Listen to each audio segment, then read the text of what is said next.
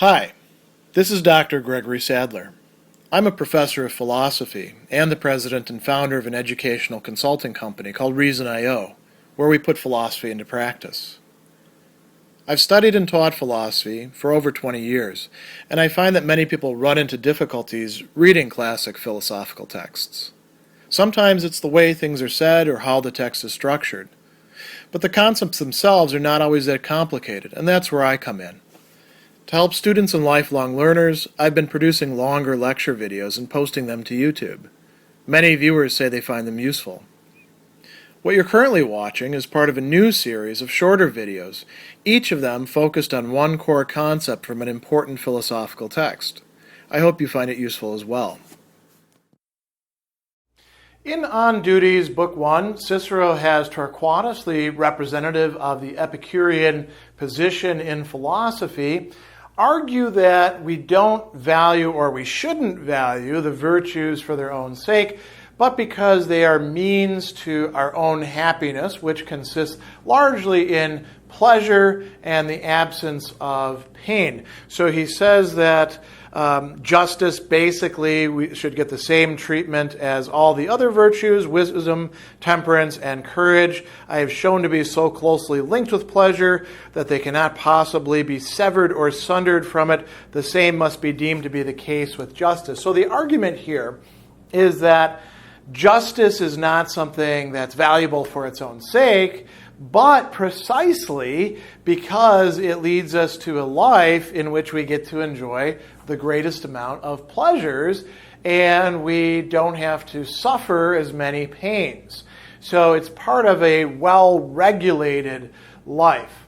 And there's a couple different considerations that are being given here. One is, as he says, justice does not cause any harm to a person, but adds a benefit instead.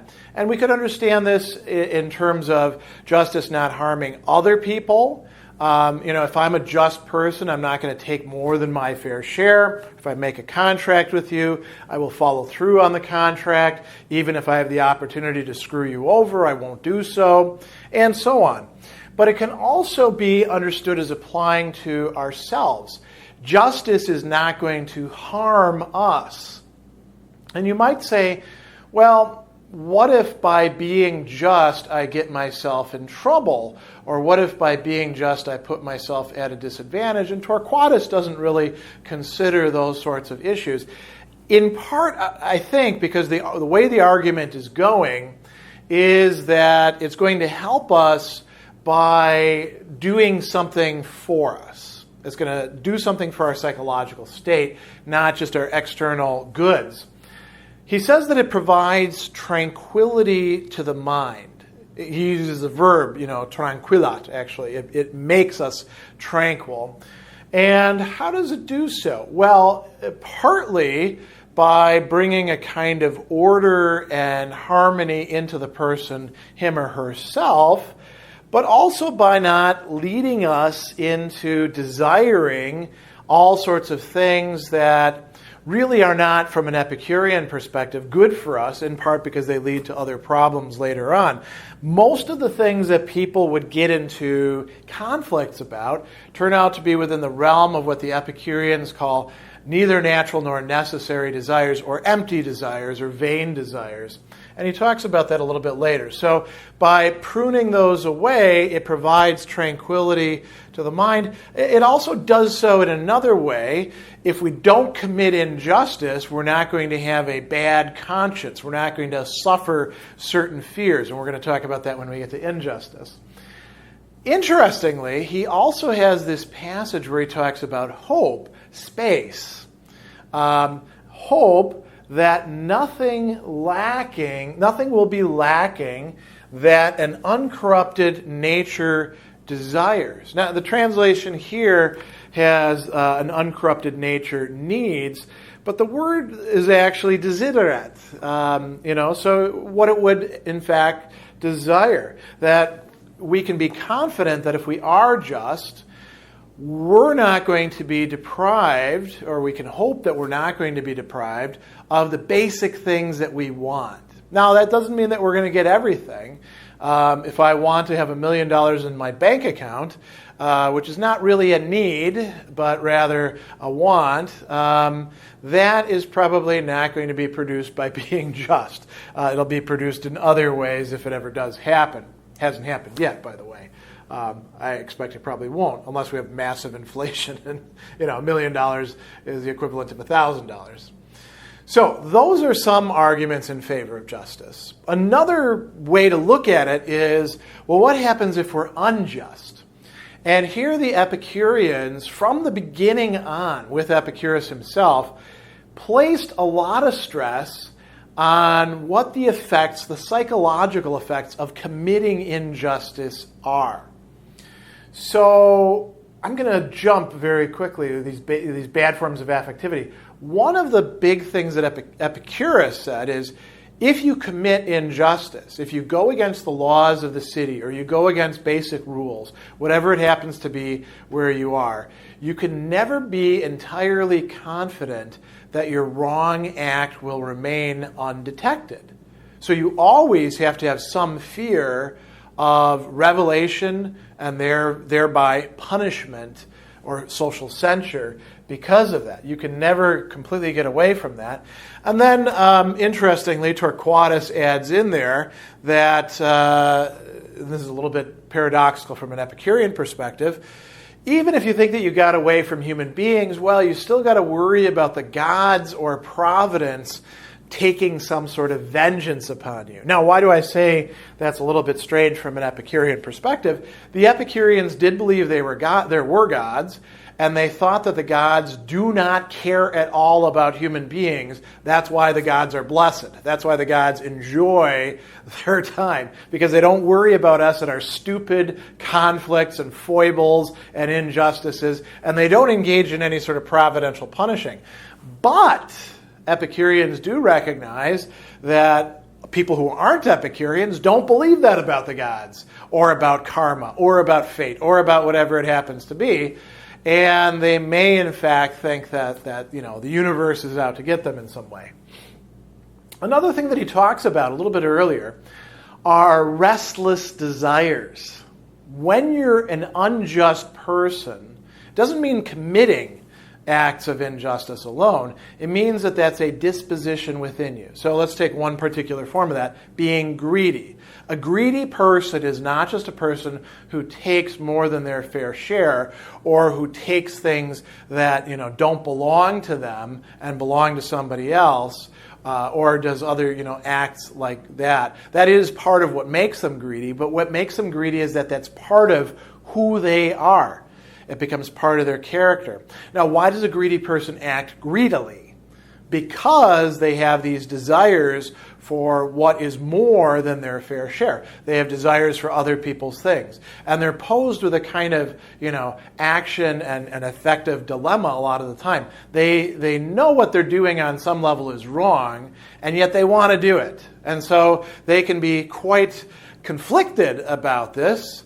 Think about people who engage in petty theft, for example. They may be quite bothered by it, and it can also be a sign, a manifestation of some other conflict within them that they're trying to work out, say through shoplifting or through stealing random items in a locker room or something along those lines, right? But those restless desires, those make us unhappy. Those fall into the classification of what Epicureans would call pain or trouble. So to be free of that, to be just, would mean not to have to deal with all of that stuff. Another thing that he talks about that I think is quite interesting, hatred of one's own fellow citizens. If you're unjust, sooner or later you're going to have odium of your fellow citizens. Within yourself, you're going to dislike people that you don't have to dislike, and that's painful.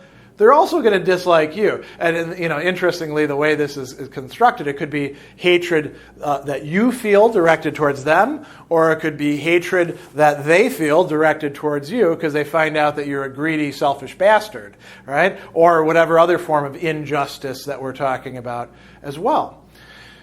So, if we don't want to incur those things, then we want to be just. He also talks about rational, sane, he uses the word sanum there, healthy people, value justice, they value equity, equitas, and they value fidelity, fides, which could also be translated as a kind of honesty, keeping commitments that are made. And here's an interesting argument that he provides, that you can break down the world into those who have and those who don't really have or don't have much. And the have-nots, the non-rich, non-talented people, well, it's stupid for them to be unjust because they're going to get caught and punished and they're probably not going to be able to pull it off very well. So it's not very smart for them to be unjust. Some of them are, but that's because they're not thinking things through.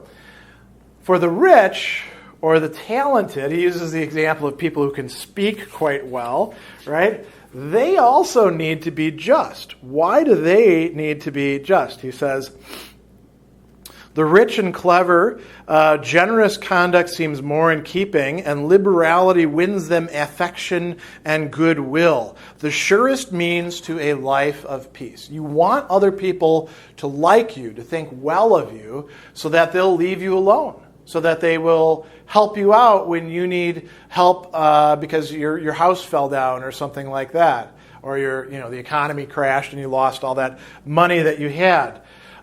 You want the goodwill of others so that you can flourish in your own way. And so what you do if you do have resources is you provide to other people. This is where justice becomes something like beneficence, so that when you need them to help you, they'll be there.